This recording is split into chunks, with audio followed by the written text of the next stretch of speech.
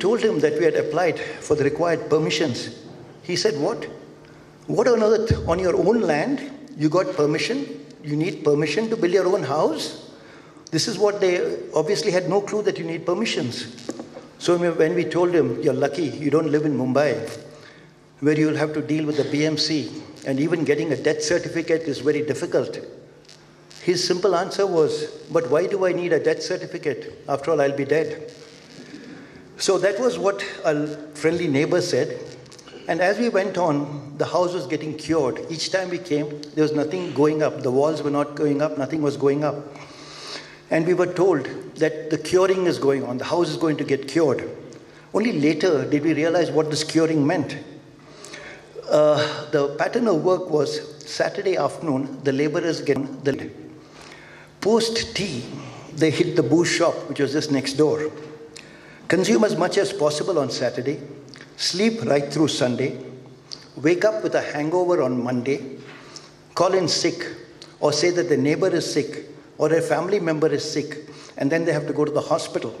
So the work week was cut short, the curing was prolonged, but obviously it was not for the walls. So anyway, once the curing was done, etc., it was going on, somebody said you got to get wood for the floor, and you got to get good Burma teak wood. So where do you get Burma teak wood? So then somebody else told us, you go to the shipbreaking yard in Gujarat and get Burma teak wood. So we went to Alang, which is a shipbreaking yard in Gujarat. We had embarked on this journey quite prematurely, because when we went to the shipbreaking yard, we didn't know, how much wood to buy. So when we went there, we chose the wood. We took our carpenter from Mumbai, and when we went there, they asked us how much wood do we want. So a frantic call was made to our contractor in Mumbai, in Kotagiri. He was busy curing the house along with curing the laborers. He didn't know how much wood he needed, so he asked the architect. So the architect measured the floor, gave us the wood size we needed in square feet.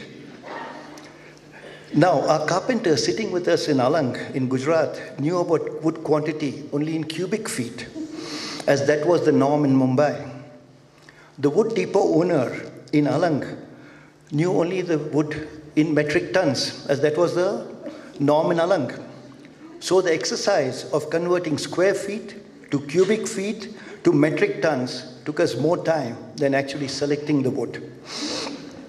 So anyway, so how many minutes left, Jerry? Half a minute? 2.5. 2.5, okay. So then let me talk about wood transport. We transported the wood from Alang to here. The first question asked is, what sort of truck do you need? Do you need an 8-wheeler, 10-wheeler, or 12-wheeler? Of course, we didn't know that. So we got some wheeler where all the wood fitted in. Then we got our first shock when we asked where can we insure the wood. They said, after all, it was a very expensive piece of merchandise. We were told there is no insurance coverage for this type of transport. All we could do was leave it to God. The next shock came when we met the driver, who was 4 feet 9 inches tall, weighing a mere 40 kilos, and his feet barely reached the foot pedal.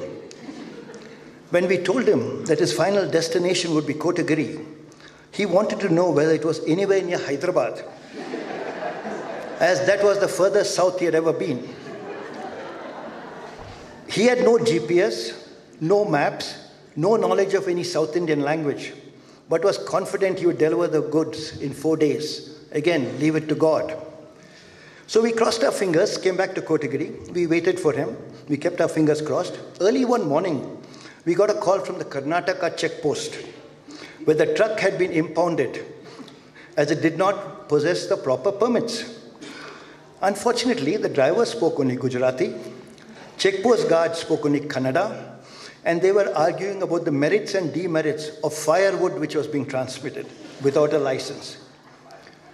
Fortunately, the wife of mine was very fluent in Kannada. She ticked off the guard and told him this was not firewood, but old Burma teak. So it's much more valuable. Please let it pass. And the permits are there. I think this checkpost guard had never before faced such a firing from a lady. And he decided it was wiser to let the lorry through rather than continuing arguing about the merits and demerits of Burma teak versus firewood. Not to be outdone by a woman, He did, however, collect some chai pani money and let the truck through. Surprisingly, our 5'0" driver easily negotiated the mountains and delivered the goods in 4 days. We can only say, God is great. So now since this is a literary thing, let me finish with a quotation. Page 154. See, anyone coming to the Nilgiris, you can always use this as a reference book and quote page 154. It's written over here. The air in the Nilgiris is very pure, and Kotagiri is rumored to have the purest air. All newcomers are constantly bombarded with the oft-repeated refrain that a person lives up to the age of 80 in Ooty, 90 in Coonoor, and has to be shot dead in Kotagiri. Thank you. Page 154.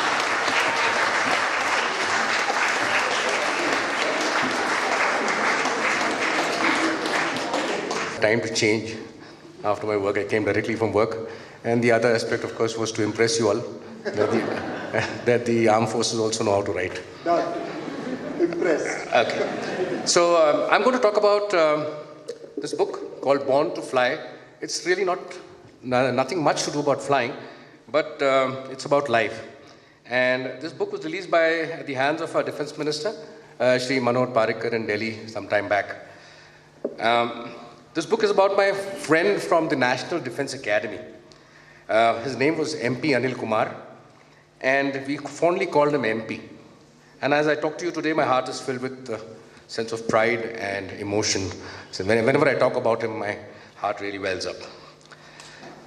I'm proud of the fact that I knew the great man and had the privilege of spending many an hour with him from the moment we joined the academy and till he died in 2014, after which I wrote this book.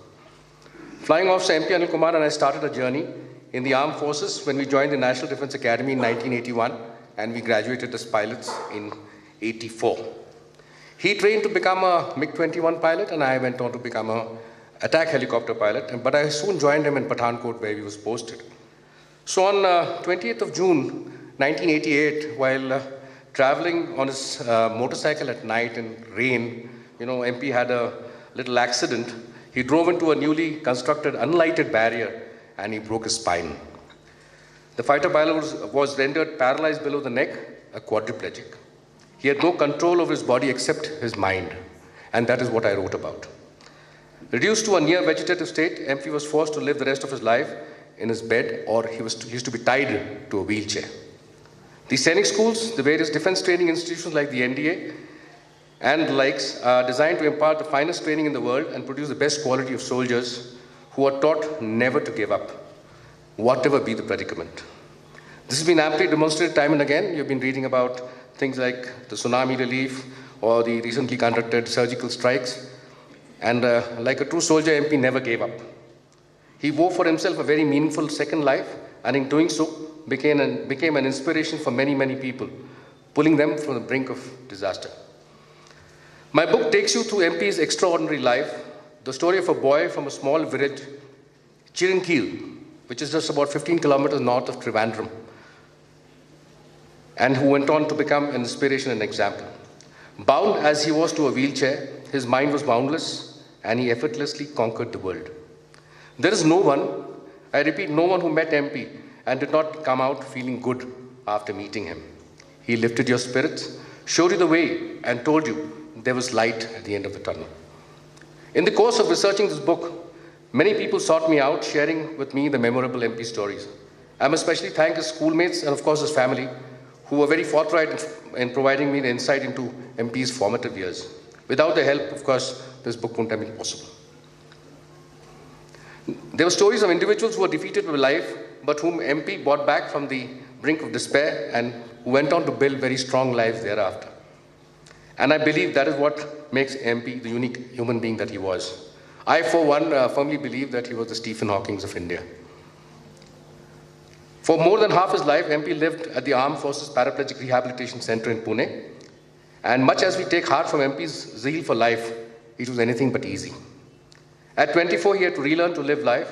He learned how to write with his mouth and then went on to operate the computer with a pencil held in his mouth. This became the turning point of his life, and he could connect with the world once again. There was no birthday he missed, no email that he didn't answer. His first mouth-written article, Airborne to Chairborne, became part of the Maharashtra and Kerala government textbooks. I hope and wish that this essay is taught to students to all schools in India. I have produced this essay as he wrote it in his mouth writing in the book. So powerful was this essay that he became a celebrity, and children and teachers became,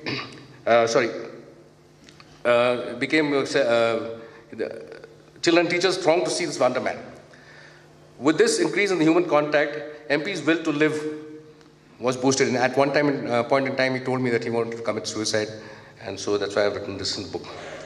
Over the years, during my numerous meetings with him, I constantly brought him to write his memoirs, and he would always say, I quote him, "I am no great man. There are so many disabled soldiers who have been injured while actively engaging the enemy and are doing well. They are the ones to be written about." He always underplayed his own transformation and central role in transforming the lives of countless others. I have written about many such interesting anecdotes in this book. After his passing in 2014, he died of, God took him away due to blood cancer. And then I thought I must write his biography, and therefore, here's the biography that I'm presenting today. In 1988, the doctors had given up, and they had told him that he had just a few months to live, but he continued for 26 years. This is the end of the book there, where I write, among the chanting of mantras, the body slowly moved into the electric furnace. I almost heard MP say with a glow in his eyes, "Come on, guys, it's only my body that's gone. My spirit will live on forever. Don't weep and grieve over me. Move on, and like our Air Force motto, touch the sky with glory." The furnace reminded me of the reheat on Anil's MiG-21, and he was finally rolling down the runway for takeoff.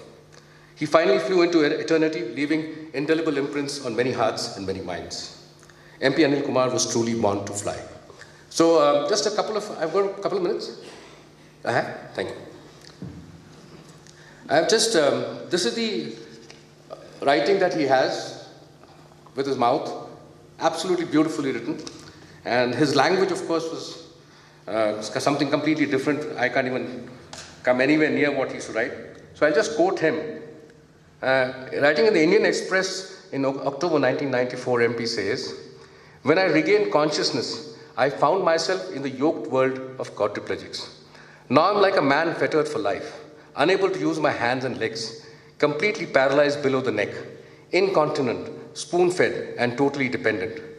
Ironically, the most painful aspects of quadriplegia is the painlessness.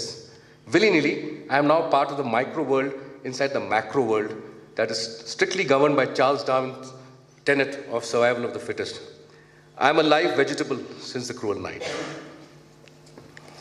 And when he writes about NDA, many years later, he summarized his training as NDA. It makes us stronger. "The camaraderie we fostered at NDA was cast in shared sweat, hunger, torment, fracas, and even tomfoolery. Since our ties were born out of enduring hardships together, ours are 24-carat bonds that would easily pass the test of both time and trials. To me, the steadfast camaraderie is the most perdurable gift NDA gave us. And this togetherness is what makes the alumni an unbeatable force, both in war and peace." Last, this is when he used to go to meet MP in his room. Just a few lines. "People who came in touch with MP were intrigued to find him calm and cheerful. Most of those who met him for the first time wondered how they would begin the conversation with him. MP surprised them all. He was always ready for visitors. The only thing that upset him a little was when people did not keep their appointments and landed up in odd hours. The second thing that continued to amaze people was the depth of his knowledge. From sports to politics to technology, he was able to discuss almost anything under the sun. And if he heard of something that he didn't know about, rest assured, the next time you met him, he would have studied the subject in detail. With his interest in varied subjects, he was able to write so many articles in different publications. He was able to keep his audience completely engaged, and to top it all, there was this fantastic wit and humor. So this book is not all negative. It's got a lot of positives in it. It's got all about our training, how it makes us strong-willed, and how you come out of the worst predicaments that you go through. The last part. I look forward to my visits to MP at the paraplegic home. I miss him now. It was like entering a different world. From the hustle and bustle of the city, I would be transported to a serene and quiet atmosphere, and just a touch of somber. A number of soldiers would be moving about on wheelchairs, with or without the support of attendants, depending on the severity of their disability. I would find MP either sitting in the veranda, chatting with some visitors, or sitting on his computer in a small room, working feverishly, pecking at the keyboard with his mouth. Sometimes on Sundays, one found a horde of children, along with the teachers, sitting in a semicircle around him, absorbing every word that he said. The audience would once in a while erupt into peals of laughter, hearing his witty answers to their numerous questions. As he recognized you, the long pencil would drop in his lap, and a welcoming smile would appear. The attendant would be called in to shut down the machine, and the file was saved, and we would begin our conversation without a moment to waste. Thank you. I work in Coimbatore. I had a dream of making a house like Srinivasan did. So I blame him for not writing this book earlier. So when Jerry told me that 6 minutes is the time, I didn't know how to play it. So I'll just read 6 pages of my book, the first, because it deals a lot with weather, which sets the tone right through the book. And since the weather is similar, and I'm a big respecter of monsoon, I'll just read the first 6 pages, and I hope it comes to 6 minutes. I am one of those who can only read without glasses. Ink black clouds, pregnant with moisture, amassed against the rocky bluffs, abutting both sides of the narrow pass through the mountain range. These clouds had started their journey far away over the sea and had an uninterrupted run towards land till they encountered this sudden obstacle in the form of a long line of sheer hills parallel to the coast. As the first few clouds thudded into the cliffs, they got squeezed by the unending onslaught of further oncoming clouds from the sea, till such time they were forced to move laterally along the hills until they found relief. This succor came in the form of a break in the hills, which was suddenly filled with clouds, all seeking to make the run into the hinterland of the parched country to shed the moisture they had been carrying all along. The wind, which had transported the clouds from the sea, also funneled into this very same gap and swept through relentlessly. The pass, being narrow, had to accommodate this massive influx of wind and clouds, with the result that anyone standing in the gap felt the full brunt of nature at its most furious.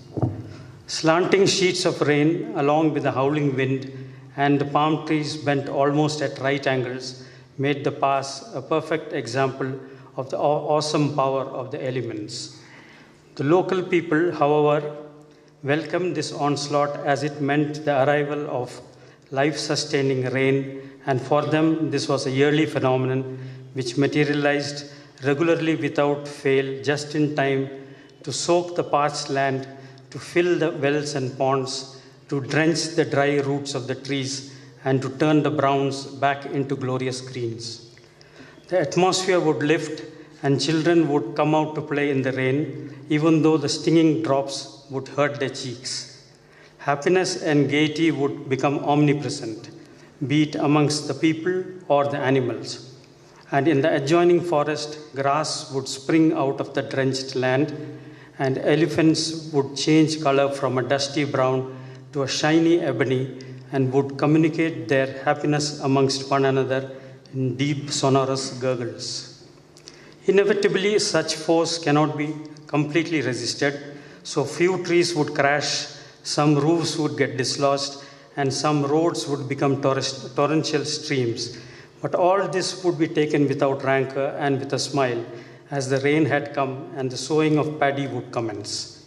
Sowing of paddy meant food and money for the simple people living on both sides of the pass, which in turn meant sustenance for the whole year. But for someone foreign to this land and to this celestial display, it felt as though the end was nigh, and the common reflex was to run for cover. Such was Keshav's predicament when he had to get down from the coziness of the truck's cabin and into the street, as he felt the full blast of the wind and the rain. His eyes widened with fear as he recalled the only other time that he had seen anything like this in a faraway place.